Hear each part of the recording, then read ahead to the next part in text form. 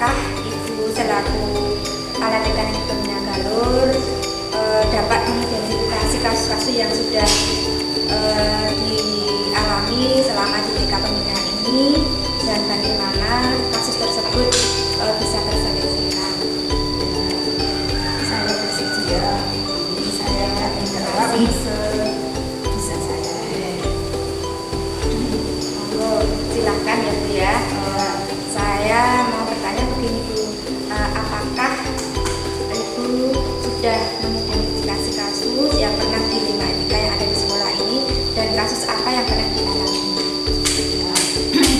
Saya sering mengalami kasus dilema etika dan banyak yang sudah kami selesaikan bersama murid, teman sejawat maupun wali murid.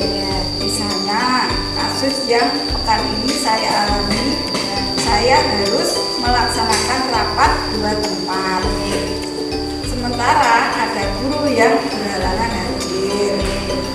Nah, ini saya sebagai kepala TK, saya harus menyelesaikan keduanya dan tidak boleh mengalahkan kegiatan belajar mengajar di sekolah dan meninggalkan rapat karena semua itu sama-sama penting. Oh iya, terima kasih sekali ya, sudah diutarakan sama kepala bahwa hari ini ada rapat dan ada seorang guru yang tidak datang pada hari ini juga. Nah, untuk itu bagaimana caranya Bu Kepala untuk mengambil keputusan dalam kasus ini? Karena rapat dan mengajar di kelas itu semua sama-sama penting. Oh ya, yang saya lakukan adalah saya mengadakan musyawarah dengan rekan sejawat sebelum saya mendatangi rapat. Saya datang lebih pagi dan saya mengkondisikan sekolah terlebih dahulu bagaimana teman sejawat bisa mengajar semua kelas dan kegiatan di kelas berjalan tanpa ada yang dirugikan. Terima kasih sekali. Mengingat kondisi guru di sekolah sangat terbatas dengan jumlah murid yang lumayan terbatasnya. Terima kasih Bu Sri, sudah ada kasus ya bahwa Bu Sri mau tidak rapat dan ada guru yang tidak masuk karena berhalangan dan itu sangat mendadak sekali seperti itu ya. Nah, langkah apa saja yang harus dilakukan oleh Bu Sri pada waktu itu? Langkah-langkah yang saya lakukan adalah saya mengkondisikan rekan-rekan sejawat, yaitu ibu-ibu guru. Saya telepon sama guru yang berhalangan kenapa dan mengkondisikan siswa lebih berangkat pagi. Terima kasih. Terus lalu menyusun kegiatan yang mana bisa diselesaikan oleh guru di sekolah.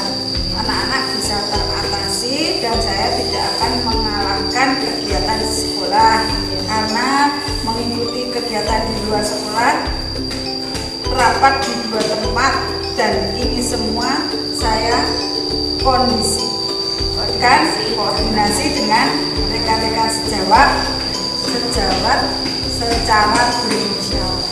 Oh iya, terima kasih. Nah, semua hal ini sudah direncanakan oleh Bu Sri bahwa semuanya akan dimusyawarahkan dulu seperti itu ya.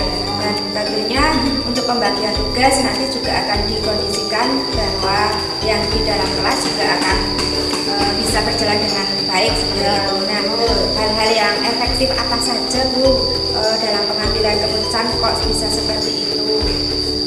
Saya tetap mengadakan musyawarah ibu guru tentang kondisi murid dan saya menyusun kegiatan yang sesuai dengan murid yang bisa diampu guru yang saya tinggal dan saya bisa plong melaksanakan rapat 2 tempat sampai sore. Soalnya ini saya lakukan rekan sejawat bisa.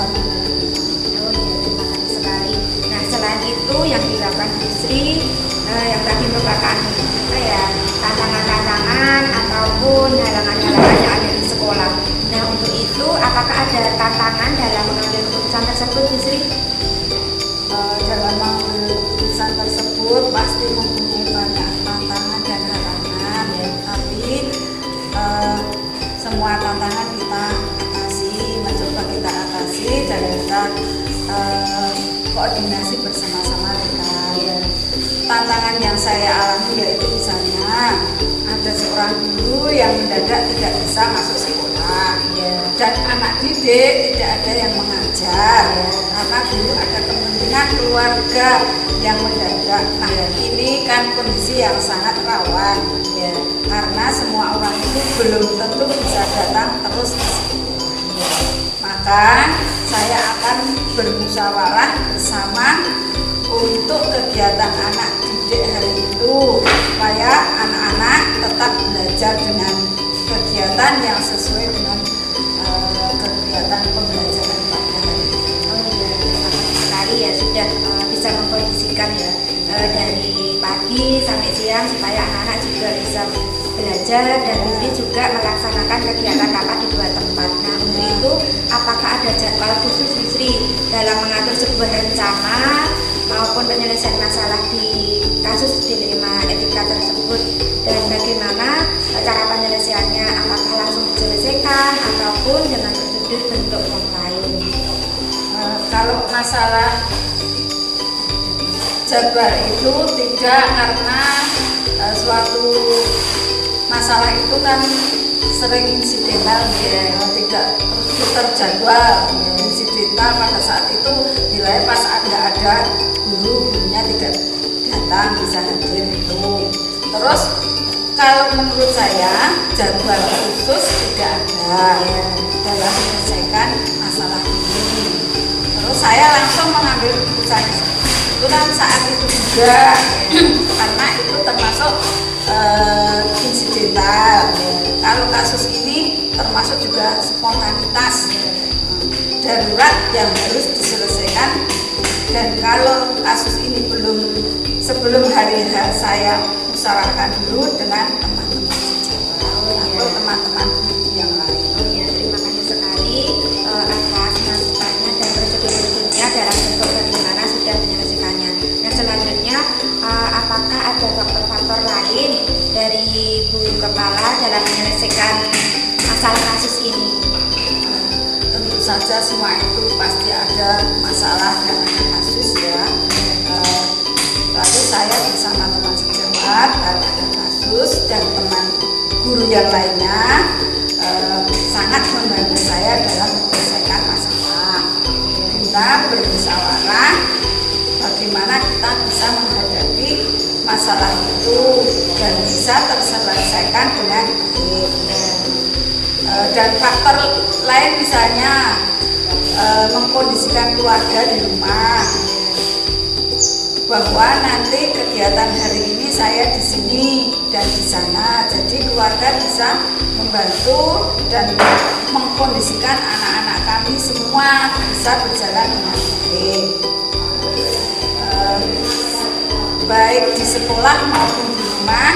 Intinya seperti itu, dan mengutamakan kondisi di sekolah agar bisa belajar dengan baik. Terima kasih ya sudah ada solusi ya. Berarti Bu Sri kalau ada kegiatan itu harus mengkondisikan keluarga, mengkondisikan sekolahan dulu, terus mengkondisikan dirinya bahwa nanti hari ini kita mau ada kegiatan apa, kegiatan di sekolah, kegiatan mengajar dan sampai sore kegiatannya akan berjalan dengan lancar seperti itu ya. Alhamdulillah sudah ada pencerahannya dan untuk itu semuanya yang dari Ibu Sri sampaikan tadi, apakah pelajaran yang didapat dalam pengalaman Ibu dalam mengambil keputusan dilema etika tersebut? Pelajaran yang kami dapat yaitu dalam saya menghadapi semua masalah dilema etika ini dengan sebaik mungkin. Alhamdulillah. Bagaimana menghadapi dengan lapang dada, karena saya sebagai pemimpin yang harus berbuat baik untuk semuanya, tidak merugikan murid, juga orang tua, juga wali dan keluarga saya sendiri maupun keluarga rekan sejawat. Semua dihadapi dengan tenang, semua bisa berjalan baik, bisa bisa mengikuti rapat dan kegiatan mengajar di sekolah juga berjalan dengan baik. Selain itu saya selalu memprioritaskan kegiatan yang penting untuk kepentingan murid dan bukan mengalahkan kepentingan bersama atau pribadi, dan komitmen untuk menyelesaikan bersama semua masalah yang kita hadapi ini dengan selalu bermusyawarah dengan terima kasih sekali. Yang mana pada hari ini kita sudah melaksanakan wawancara, sudah mendapatkan hasil yang dipetik dari wawancara ini.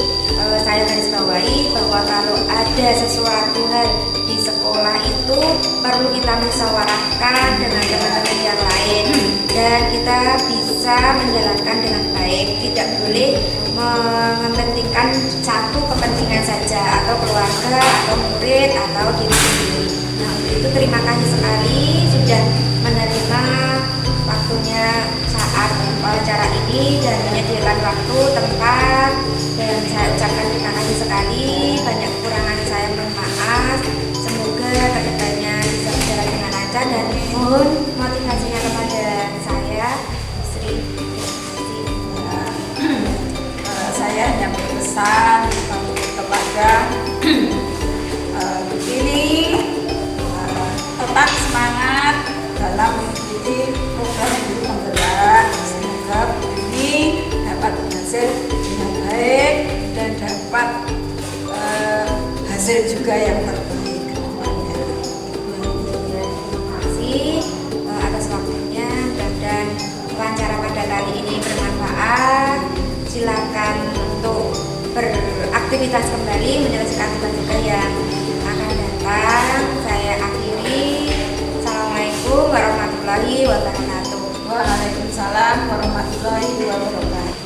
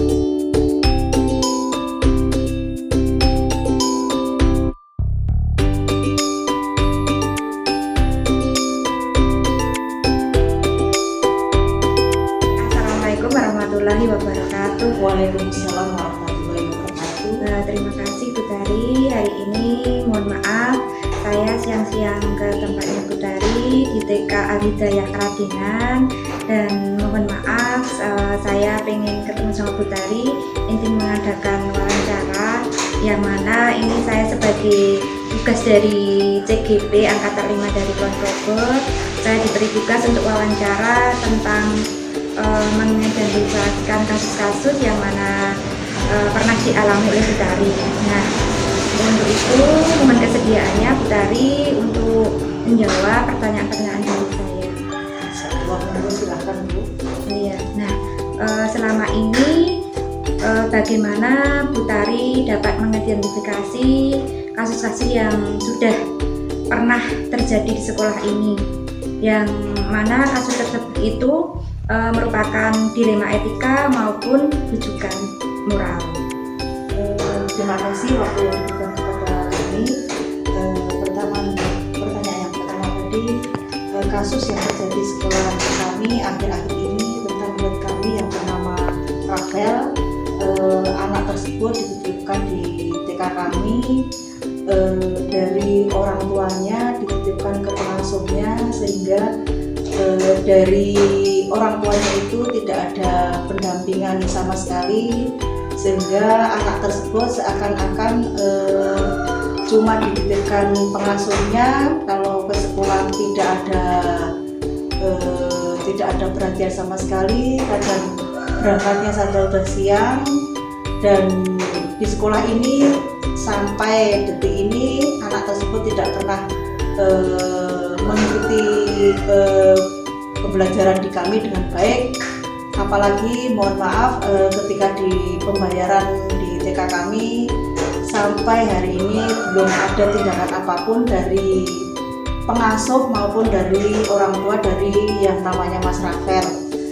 Untuk itu kami atas nama pihak sekolah mengalami yang namanya dilema etika. Sikap saya harus bagaimana karena melihat kondisi daripada anak tersebut. Benar-benar kasus yang ini ya Bu ya, membuat kita perlu ekstra begitu ya. Nah, selama ini bagaimana Putari dalam menyelesaikan atau mengambil keputusan sebagai orang yang dituakan di sekolah? Nah, terutama dalam kasus yang mana Rafael itu anak yang bandel, anak yang suka usil, dan terutama dengan kasus orang tuanya ya tadi ya belum membayar uang kegiatan sekolah seperti itu. Nah seperti itu untuk menyelesaikan atau memusyawarahkan kasus tersebut, bagaimana yang dilakukan oleh Putari? Selama ini yang pernah saya alami berbagai permasalahan kasus, baik dilema etika maupun rujukan moral, ketika kasus-kasus yang sama-sama sulit dan berat dalam mengambil keputusan, seperti contohnya tadi yang bernama Rafael.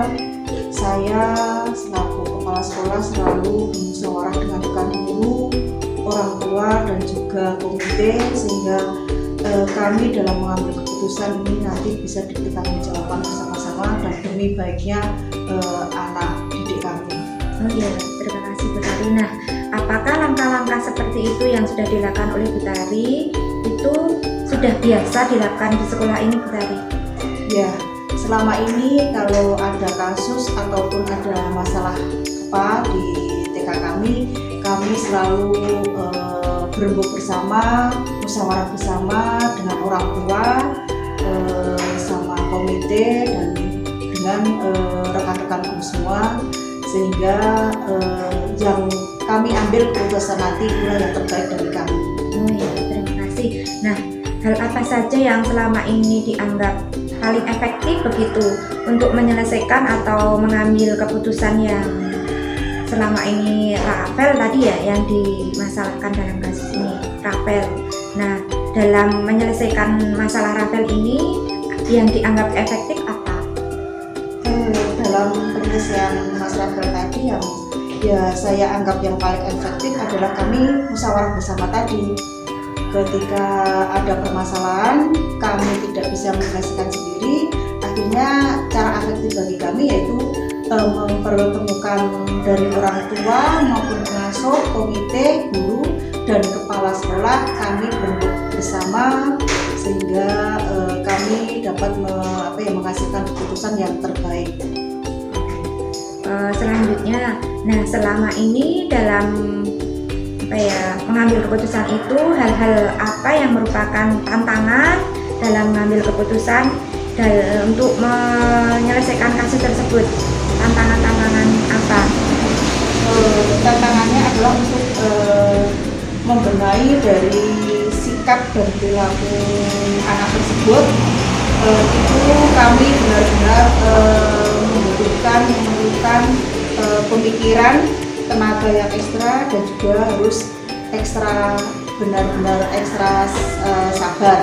Karena apa? Karena anak tersebut dari kecil tidak pernah diasuh oleh orang tuanya, langsung dari pengasuhnya aja itu istilahnya nggak cuma satu orang, jadi yang satu ini dilemparkan ke pengasuh kedua, dan yang di sini adalah pengasuh yang ketiga, sehingga kita belum tahu sifat anak itu yang seperti apa, karena tidak pernah ada pendampingan atau didikan dari orang tuanya langsung, sehingga anak tersebut seakan-akan di sekolah itu liar dalam sikap ataupun tingkah laku maupun kesopanan itu. Benar-benar kita harus memiliki kesabaran untuk melatih anak tersebut memiliki sikap dan perilaku yang santun. Terima kasih. Nah, selama ini dalam menyelesaikan rapel begitu ya, apakah dalam menyelesaikan itu Bu Tari ada catatan-catatan ataupun ada jadwal ataupun ada prosedur lain seperti apa yang biasa Bu Tari lakukan? Kalau dari kami sendiri, dari TK, kami selalu mencatat di catatan kasus yang terjadi pada hari itu, peristiwa anak, dan langsung kami berikan penyelesaiannya sehingga anak tersebut masalahnya terselesaikan hari itu juga. Mencatat, kami mendokumentasikan dan permasalahan yang pernah kita alami dalam catatan kasus. Terus selain itu kami juga ada yang tidak terjadwal karena ada permasalahan, saya langsung berusaha menyelesaikan bersama guru lain, sehingga selain dari catatan kasus, kami selalu bentuk penyelesaian seperti apa untuk mengatasi anak tersebut dengan guru. Terima kasih. Nah, selanjutnya apakah faktor-faktor yang selama ini itu bisa mempermudah Bu Tari dalam menyelesaikan kasus dilema etika ini? Yang mempermudah kami dalam mengambil keputusan adalah selalu bermusyawarah dengan rekan guru, komite, orang tua maupun pengasuh, sehingga dari mereka kita berembuk bareng, mungkin ada saran dari mereka dan kita berembuk bareng nanti yang bisa mendapatkan keputusan yang baik untuk anak tersebut menjadi lebih baik di TK kami. Oh iya, alhamdulillah sekali sudah ada beberapa keputusan ya yang disampaikan oleh Bu Tari untuk menyelesaikan masalah si rapel ini. Nah, dari semua hal yang telah disampaikan Bu Tari itu, apakah ada pelajaran yang dapat diambil oleh Bu Tari dan apa yang dapat dipetik dari pelajaran dalam menyelesaikan si rapel tersebut dan dalam mengambil keputusan dilema etika ini? Saya di sini sebagai kepala sekolah ataupun yang dituakan di TK ini, kami selalu berhati-hati dalam mengambil keputusan yang tepat, karena kami bisa mewakili dari guru juga dari wali murid, sehingga setiap keputusan yang kami ambil tidak menyakiti dari salah satu pihak, semuanya bisa diterima dengan baik dan keputusan ini diambil atas musyawarah bersama, dan disinilah kita harus mengambil keputusan yang benar-benar hati-hati untuk semuanya itu untuk kebaikan anak tersebut. Oh iya, terima kasih Bu Tari. Nah, dari pengambilan keputusan tersebut, apakah orang tua tadi ya, orang tua dari rapel ataupun pengasuhnya seperti itu ya, pengasuhnya pernah ke sekolah karena sudah pernah beritahu bahwa Farel itu keadaannya di sekolah seperti ini, seperti itu ya. Nah, terus apakah ada greget dari pengasuh maupun orang tua untuk klarifikasi si anak ini ke sekolah? Selama ini kami sudah pernah mengundang dari orang tua, pengasuh, dan komite, tapi pada akhirnya yang datang sejak rawu ke sini cuma dari pengasuhnya, dan beliau yang pengasuhnya juga mau bertanggung jawab bekerja sama dengan TK kedepannya bagaimana anak tersebut bisa menjadi lebih baik dengan bersama-sama dari kerjasama dari sekolah juga dari pengasuhnya, karena selama ini orang tuanya tidak pernah apalagi memperhatikan, sekedar untuk menanyakan anaknya saja di sekolah ini sudah sering saya tanyakan, sudah sering saya telepon, tidak ada respon apapun. Maka kami cuma bisa berbukti dengan pengasuh dari anak tersebut. Oh iya. Terus sebenarnya si ibunya Rafael gitu ya, Rafael tersebut itu pekerjaannya apa saja tuh Bu Tari, kok tidak pernah ke sekolah? Ini cuma dari cerita dari pengasuhnya ya. Kami sendiri belum pernah ketemu langsung dengan beliaunya, orang tuanya Rafael. Dari pengasuhnya beliau mengatakan bahwa ibunya ini mohon maaf, ini adalah seorang pemandu nyanyi ataupun LC yang bekerjanya di salah satu kota yang dulu cukup jauh dari sini, tetapi katanya selama ini beberapa bulan ini sudah pindah di daerah sini, sehingga kami untuk ada pendekatan untuk orang tua ini sangatlah sulit, karena kami cuma satu alat komunikasinya itu dikasih nomor HP-nya, tetapi ketika kita telepon, kita WA tidak ada respon apapun, maka tanggung jawabnya adalah dari pengasuhnya. Kami sering menanyakan apapun kejadian Rafael di sekolah, kami selalu menanyakan kepada pengasuhnya. Oh iya, terima kasih. Sudah ada keputusan ya, semoga apa yang Bu Tari ceritakan dalam menangani kasus si Rafael ini bisa semua selesai dengan baik dan anaknya si Rafael ini bisa sekolah dengan baik-baik saja, bisa kita ambil hikmahnya, nanti Rafael bisa jadi anak yang soleh, bisa bermain dengan teman-temannya, belajar dengan bu guru, dan si Rafael bisa rutin dalam pembayaran di sekolahnya. Terima kasih Bu Tari atas wawancara pada siang hari ini, dan mudah-mudahan sekolah ini berkembang lebih baik lagi. Saya akhiri, wassalamualaikum warahmatullahi wabarakatuh. Waalaikumsalam warahmatullahi wabarakatuh.